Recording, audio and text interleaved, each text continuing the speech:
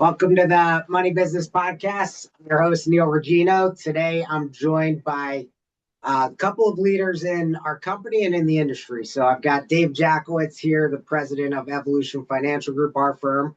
And we're joined by a special guest, Mehran Assadi, who is the CEO and chairperson of National Life.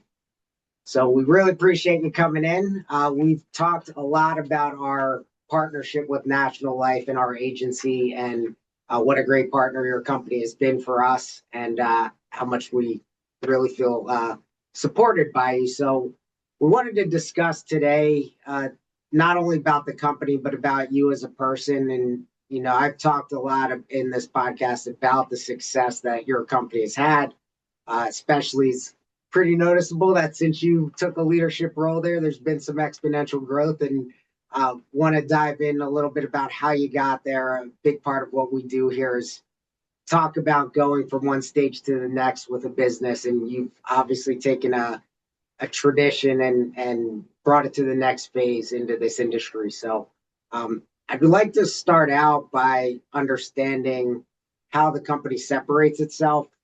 And I think you probably agree that a big part of that has to do with culture. The culture at National Life certainly is different from what I've experienced. But as it is such a big part, in order to figure out where we are, I think starting at the beginning. So I've read a lot that you attribute your philosophies and beliefs to your parents. And I know that they had a big influence on your life growing up. And I really want to know who they were to you growing up, what the main philosophies and values were, and then how they did to raise somebody to follow in their example. It's such a tough thing for people as parents to do with their kids. So what was it like for you? So I'd like if you could take a few moments and just tell us a little bit about them, if that's okay. Great.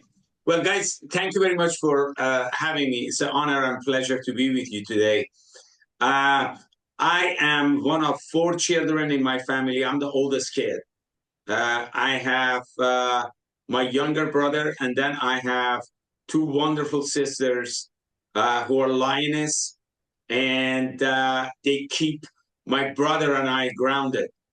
My mom and dad taught us about servant leadership, and each one of them was a leader in their own right. My dad was a military guy. He was a senior military officer. So as you can imagine, being regimented and disciplined was a big deal in this family. And of course, my mother being the lioness that she was, she set the expectations very high. And also she was a tremendous role model in her own right. So the reason I mentioned that you're product of your environment and household is because I think that is a great learning grounds for art of leadership and finding joy in serving other people. Great. So I like to talk a little bit about your journey when you came here. You came here 17, you were only supposed to stay a little bit, and you ended up staying for a long time. You talked about, you also talked about being comfortable a lot. So as a matter of fact, my journey has a connection to Philadelphia. And here's the deal. I was born in Iran, and I came to the States to visit my cousin, first cousin, and coming to U.S., I actually flew on a military plane from Tehran to United States. I'm going to give you the short story. I landed at McGuire Air Force Base, and from there, they transported us to Philadelphia Airport. And so I called my cousin and I said, I'm in Philadelphia Airport. And by the way, I didn't even know where Baltimore was. He was in Baltimore. But I knew it was close, right? So he said, sit tight. I will come and pick you up. So he picked me up from Philadelphia Airport. And we get to Baltimore like around 12:30 in the morning, 1 o'clock, something like that. And so I like to tell people my first meal in the United States of America was donut holes at Dunkin' Donuts. So my first meal was a gourmet meal that I will obviously never forget. And so we go back to his apartment. I think it was 7:30 in the morning. He kicks me and he's like, "Hey, get up. We got to go to work." And I'm like, "Man, I just got here, you know? And I came here to visit you. What do you mean we are going to work?" He said, "Well, everybody works here. So get up, wash up, get clothes. We got to go." So we get to the restaurant. He hands me a vacuum cleaner and he says, "You need to vacuum the dining room in the restaurant." By the way, he was a restaurant owner. And I said, "How does this thing work?" Because I had never vacuumed anything, right? So he shows me how the darn thing works. So I vacuumed the whole place, and he's back in the kitchen doing food prep. So I go back and I tell him, "Look, I'm done." He says, "You see those piles of dishes by the dishwasher? You need to wash those things." And I said, "Great. How does the dishwasher work?" Meanwhile, I want you to just picture this. I am in dress pants, Italian loafers, and custom made shirt because that's the way my mother dressed her kids, right? So he teaches me how the dishwasher works. So I wash this pile of dishes. And okay, I'm done. He says, "Grab the mop bucket. We're going to go and clean the bathrooms." Long story short, my first day within United States, I like to actually say within the first 18 hours I was in this country, I was actually working. And I've never stopped working. So at some point, a couple of weeks later, my cousin turns to me and says, "Look, you should really stay here and we can be together and neither one of us is going to be alone." And I said, "I gotta get permission from my parents." I was in 12th grade and I said, "Man, you're killing me. I'm doing all the garbage jobs in the restaurant." And this is the lesson that is so important in business. He said, "Look, I can clearly put you up front. However, how would anyone respect you if you don't know every job in this restaurant? So I'm prepping you for the future." So from my point of view, he did me a favor. And just imagine transitioning to your professional life or my professional life. If you are not a practitioner of your business, then you're not going to gain the respect that you deserve. And I think that was a tremendous lesson. So I'm indebted to my cousin. That's amazing. My grandfather actually, when he came from Italy, he started a restaurant, so I got to grow up in that restaurant as well, so I can relate on that side. I do want to ask. I have so many friends and family. And in fact, my wife just came here for the first time 2 months ago and is now living in the United States. And it always amazes me that transition. And I know you always talk about get comfortable being uncomfortable, but what is that like at 17 years old to make a decision to leave your family and go to a completely new environment and assimilate to that culture to learn and it's hard for me to imagine. And I have so much respect for even my wife for taking this leap and doing this, but what is that like in your own words? Well, I would tell you it is scary as hell and it's exciting as hell because everything is new, everything is exciting, and you're just, in my case, I just poured myself into it. I didn't question it, I didn't doubt it. I poured myself into it and I embraced it, which once again, 90% of any opportunity is about attitude, right? You're gonna get out of it what you put into it. And mine was pure excitement. And I have to tell you, it wasn't easy. It was not easy at all.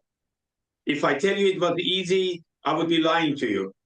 But at the same time, it was tremendously exciting. It's great. Well, I have a lot of respect for everyone who does it. It's I can't imagine myself as a teenager doing it. So um let's briefly talk about the steps to coming to national life. So you went to school to be a software developer. You were in consulting. Your path is normal from the year 2000 on, but from the year 1989, how does a software developer get into being the CEO of a insurance company? Listen, it's a software developer who finds his passion. Yeah. So being an engineer, being a software developer, is all about problem solving, and it's all about structured thinking. And I think once those key skill sets, strategy, structured thinking, strategic thinking, problem solving, are meeting each other, uh, and you combine that with your why and your passion of being in a profession that is about helping people, great things happens. I've always been a learner. I learned from my father that the learning process ends the day you die. And I've always had a curious mind. So when I was building platforms for distribution, I wanted to know what it means to be in distribution. I did plenty of strategic planning work. I did reengineering work. I did M&A work. At the same time, I built platforms for people who were in business of distributing insurance products. Spending time with them, I really learned the purpose, the why behind this business versus what is it about and how does it work. And I fell in love with working within the distribution and marketing space and being part of the profession, which is about peace of mind versus about how high is the stock price of the company. That's one of the reasons I like the mutual structure of National Life Group, which puts emphasis on clients and serving agents and our associates versus shareholders. It's a great model. Well, I have one last question before I pass it over to Dave. So you have a son who is a successful advisor. He's carved a path at his own rate, but has followed your footsteps and being a leader in his industry. I have a daughter who's 2. When I'm in front of successful people who are parents, I like to ask, what do you think the most important thing is to pass on to your kids in order to allow them to meet their full potential? Values and creating expectations. Don't ever apologize for creating expectations. Values is something that will carry your children during good times and bad times. Family values. I'm basically doing what my parents taught me to my children. I ask my children to be stand-up men because they happen to be boys. And obviously, I'm missing on having a daughter. And to that end, my oldest son is married. So technically, I do have a daughter. And my expectations from her are the same. And her and I have talked about it. So it's all about values. And she was taught proper values by her parents. So teaching values just the way my parents taught me and my siblings, and creating expectations. You know, someplace I read that companies keep saying we are family, we are family. It is not a family. You know, it's work. Why do they call it family? Family expects you, accepts you as who you are, versus having being a meritocracy. Well, guess what? The family that I grew up in, my mother had expectations. My mother wanted us to be the best version of ourselves. So families do have expectations. And to that end, don't ever apologize for creating expectations for your children, because apple does not fall far from the tree. Appreciate that. Well, now we'll transition. Dave's going to talk a little bit about the company and ask you some questions there for our listeners. Appreciate it. Again, thanks for being here today. Thank you, David. It's my pleasure, sir. Oftentimes I've heard you talk about that you joined as a consultant for, I forget, it was 90 days or 6 months when you came 90 here. 90 days, it became 6 months, yes. And then you said you fell in love with the company. And 22 years later, what was it about the journey that you fell in love with? So, David, as you have already heard, I committed the biggest sin that a consultant can commit. I fell in love with my clients. 90 days at National Life became 6 months, and I found a company with a tremendous history, tremendous tradition, clean balance sheet, and a company with tremendous potentials. Imagine piece of jewelry, a precious stone that all it needs is to be shined up in order to shine and achieve its potentials. So I found National Life as that kind of a place with great people. So I fell in love with the company and the people of the company. And I decided that once I was asked to stay, to actually stay and not just hand a strategy to a bunch of people and say, good luck with it and walk out. I stayed to implement that strategy. And it was the best decision I've made, because National Life Group is a 177-year-old startup which has its best days ahead of it. And it has one of the finest senior leadership team in the industry that all of us can be proud to be part of. That's great. And that's, been my experience, that this company is unique. Having been with a couple other companies in my career, one of the things that we talk about a lot, or you talk about a lot, is that National Life is a mission-driven company. And a lot of places say that, right? But what is it about National Life that is really implements that idea of being mission-driven? So, David, as you already know, this profession is an honorable profession.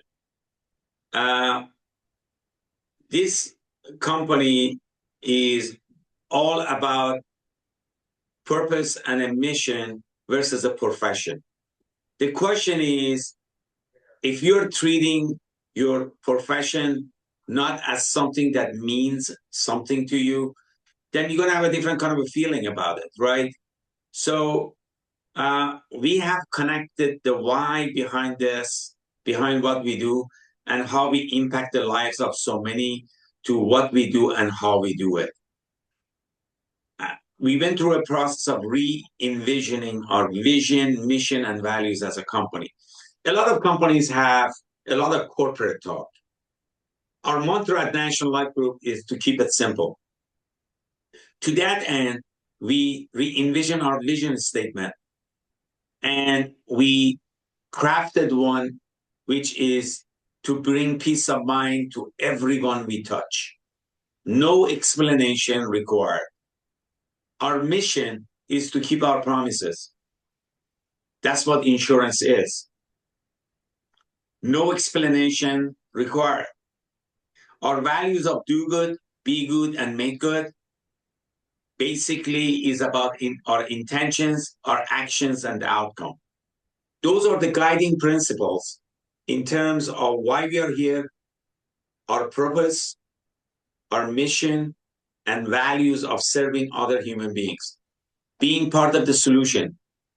In this era, people want to be part of something that's bigger than themselves. And that is what National Life Group is all about. You have been part of a couple of companies. What this company probably reminds you of is what those companies preach back in the day. We have not changed our message. We are a 177-year-old startup with values that are grounded and clear and strong as granites in the mountains right behind me. And I think that permeates throughout the organization from my experience, and everybody lives that and follows that mantra and the values. It goes back to kind of what you were talking about earlier with, how you instill values in your children, right? It's all, it all ties to the same idea. One of the things has been the tremendous growth that National Life has had, right? Why do you think that is? Obviously, we're talking about being mission driven, talking about the idea of being servant leadership, all those different ideas. But when you put it all together, why do you think it's been the fastest growing insurance company over the last 15 years or so, 20 years? So, David, I think the answer actually is very straightforward. We are about financial literacy versus being product pushers, right? 60% of us are going to have some sort of a short-term disability. There are over 100 million Americans who are either not insured or underinsured. As a matter of fact, the latest number I heard was actually 140 million. There is shortage of 100,000 agents, which, by the way, nobody talks about. No. Just think about the industry that since 1980s has not increased its total number of agents. The population of this country since 1980s has grown by 100 million people. Yet the number of agents has not grown. So when you think about financial literacy, we teach people in the schools about everything except little to nothing about financial literacy. And there are people who are well educated, they don't even know where to start or what is the first question. The other misinformation is the fact that life insurance and annuities is for rich people. Now, think about this for a second. Does a person who lives paycheck to paycheck or a person who has 6 months worth of savings needs life insurance that's not about dying, it's about living, or somebody who's very wealthy, right? Yeah. So it's all about education. It's about financial literacy. So we love our affluent clients, except 1% of the population makes over $400,000 in this country. And when you talk to people about that, they're like, that can't be right. Well, in fact, it is right.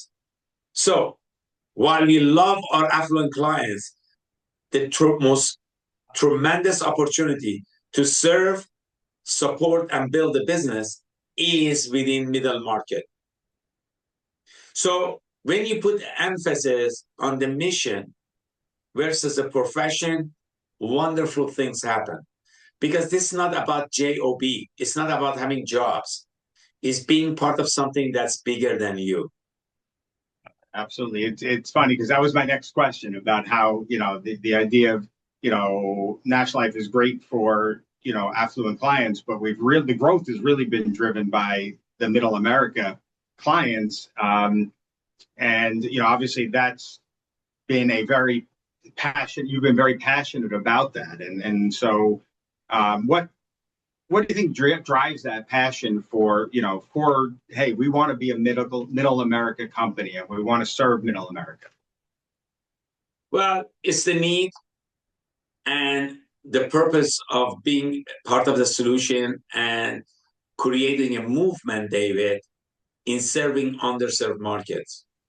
By the way, our definition of middle America is families who are making between $75,000, $175,000, $200,000. And by the way, if you're wondering why there is such a wide range, is because 75 grand in Midwest means something different than $200,000 in New York City or $150,000 in Philadelphia. I'm just using those as an example. No, right? absolutely. This is literally families of two professionals, two breadwinners, or a single breadwinner for that matter, right? So that's where majority of the population actually lives.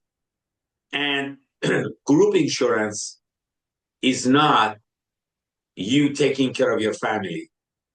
Group annuities is not the only way you're going to take care of your family.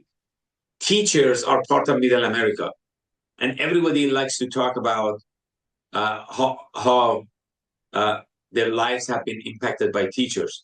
This is our opportunity to take care of first responders, teachers, EMT, people who are in the service industry, and we can help them to plan for the future and supplement their retirement income. Absolutely. It's a great mission because those are the people that need it the most. One of the things that you always talk about, Mehran, is if your dreams don't scare the hell out of you, then they're not big enough, right? What does that mean to you? Can you describe that and your thoughts behind that? Yes. By the way, I use the phrase hell because I'm trying to make it as impactful as possible. And the reason for that is if your goals do not make your hair stick up, and they don't make you sit up straight and say, oh my God, that's going to require different thinking. That's going to stretch me. That's going to stretch my thinking. That's going to be, if that can happen, or when that happens, it would be absolutely amazing, right? I think it is a way of thinking that impossible is possible. As a matter of fact, when do you think about some of the goals we have set at National Life Group, and we have crushed those goals? They appear to be impossible. And part of the reason, David, as you already know, is that we had not learned how to win. We had not learned how to set goals and execute goals. Because while I tell everybody, if your dreams don't scare the hell out of you, they're not big enough, I usually follow that with dreams without plans and execution are hallucinations. Right? I've used that motto with my son. Because I want him to push himself. I want him to strive for bigger and better things. Yes, no question about that. And by the way, going back to the earlier question, I think you preach to your kids all day long. They want to watch what you do. And they see everything, even the stuff you don't think they see. If you're telling your kid that my goal in life is all about how much money I'm going to make, so I can kick back and live the life of la vida loca, right? Then that's going to be their dreams. Where it says, I want to serve. I want to be part of the solution, right? I want to make sure that I'm productive, right? I think those are the values. Hard work, right? My mother was a my mother was a lioness, right? So my mother's mantra was, uh, nobody has died of hard work. They have died of being lazy. Yeah, no, That was I my mean, coach. when you think about it, it makes all the sense in the world, right? So, the last question I have for you regarding this part, national life, is that there's been a lot of consolidation in our industry. There's been a lot of M&A. There's been private equity coming into the industry. What are your thoughts about the impact that those things are going to have longer term on the insurance industry? Well, David, over 25% of business in our industry today, maybe it's about 30% now, is done by companies that are private equity owned. So you can take a look at it two ways. You can say that's a good thing, or you can say private equity owned companies are different than mutual companies or stock companies. Mutual companies' priority is tied to clients because technically mutual companies are owned by their clients. So to that end, there is emphasis on clients versus shareholders or general partners within the private equity firm. So it's just a different structure. It's not wrong or right. It's just the sort of obligations. Who do you answer to, for lack of a better term, is just different. Yeah. Our owners are our policyholders. That's what the mutual structure is.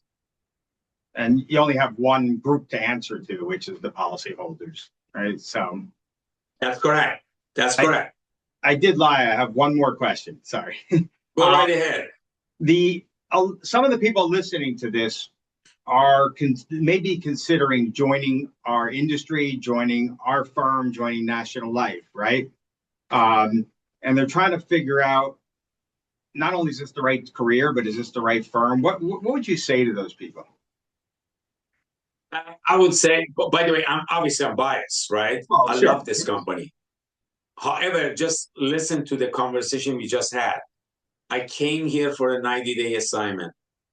My intent was to build a consulting company. And I just found a company with tremendous history. And I found a company with its best days ahead of it. A company which was built around serving clients, commitment to clients, commitment to agents, and building long-term relationships, meeting our clients, agents, and our associates where they are. We are a mission-driven company which puts emphasis on purpose and mission versus purely just profits at any cost. We believe that there is a place for an agent, right? We work with our agents. We are here to serve our clients, our agents, and our associates. As a matter of fact, you have heard me say this. If you don't love your agents, somebody else will. Yeah. If you don't love your clients, somebody else will.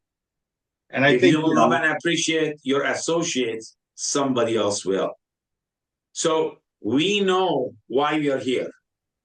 So would you want to join a company which actually puts you ahead and puts you as a priority versus, hey, you're fortunate to be here, versus we are fortunate to have you?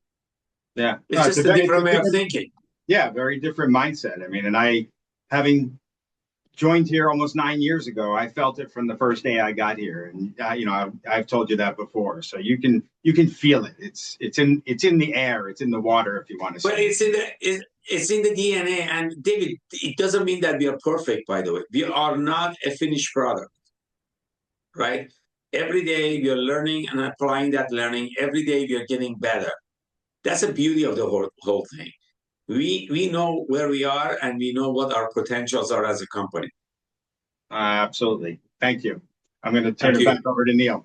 Well, I have one more on that would like your insight on, which is given your background and given your position. You know, there's prediction markets and leaders in the industry predict that AI and AGI is going to take over 90% of jobs in 2 years. Where do you think that leaves your company, but also our role within this industry? And I won't hold you to it. I just want to know your insight on what you think. So, Neal, I would give you an answer which is probably different, and that answer is I don't believe in that. I believe AI has a place in business. It's an enablement capabilities, which is going to take administrative and busy work off of your desk, off of your plate, so you can spend more time providing advice and be a worthy consigliere to your clients. So AI is not going to replace you. AI is more about productivity and changing the business model for more human interaction and quality of those interactions versus anything else. So that's my perspective. I actually have said the same thing on this podcast that I think the same. So appreciate that word agreement. And I agree too. So I don't think we're going to be replaced. So now I want to shift more towards the audience that's here that are business owners. So you know, you as a consultant, sometimes failure is our best teacher. You said that you dealt with a lot of companies that were challenging when you were a consultant. So I'd like to know a couple of things. One, were you ever able to turn any of them around? And then second, are there early warning signs as a business owner that you would say are the biggest ones that you need to pay attention to? And what's the best lessons you learned from those challenging companies? 3 questions there.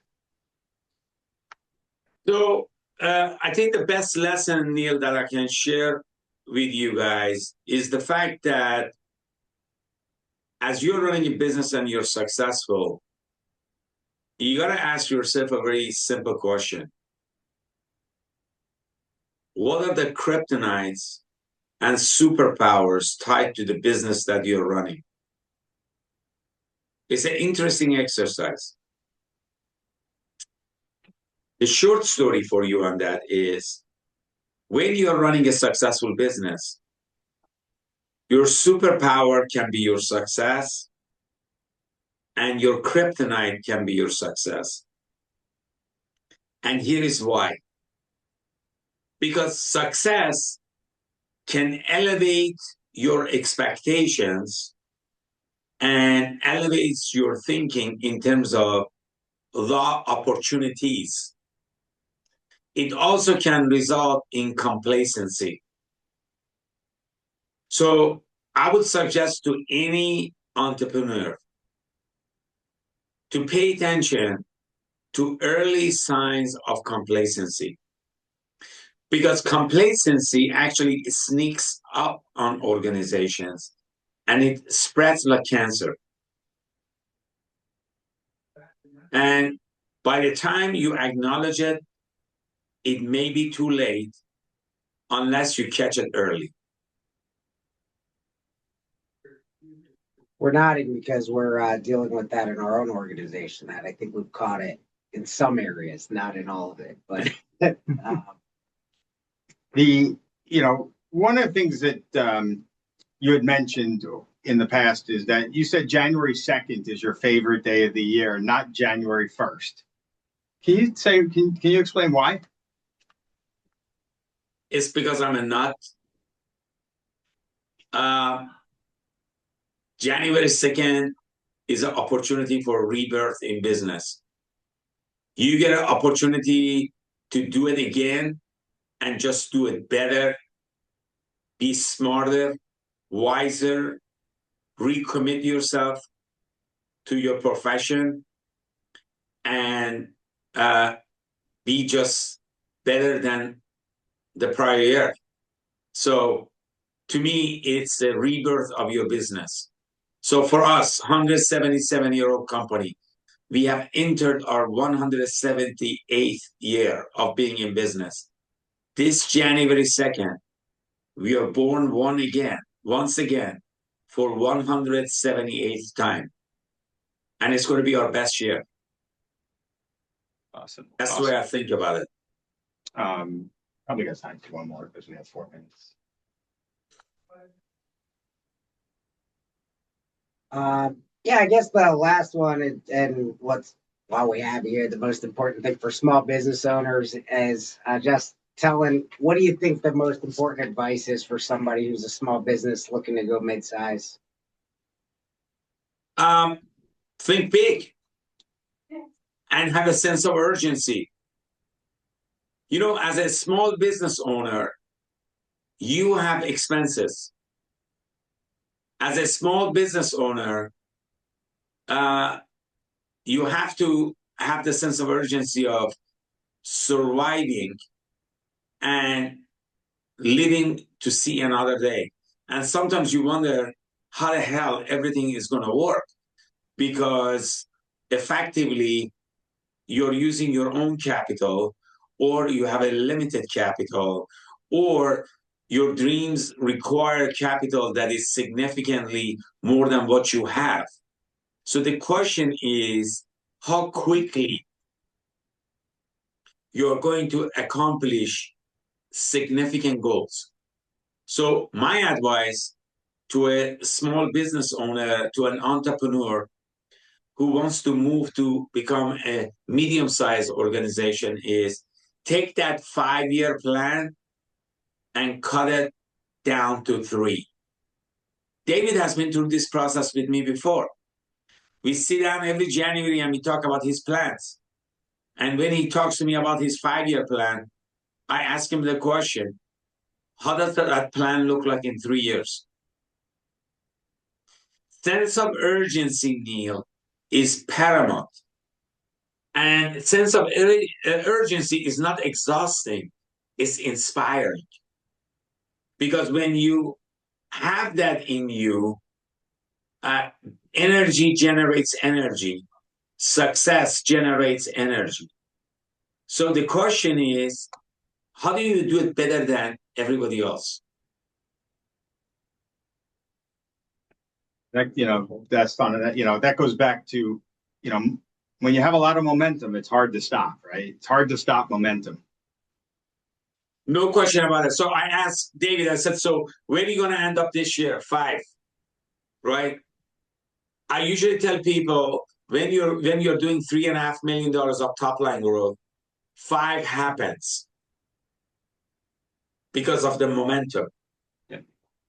So I asked him, what's your 7.5 plan?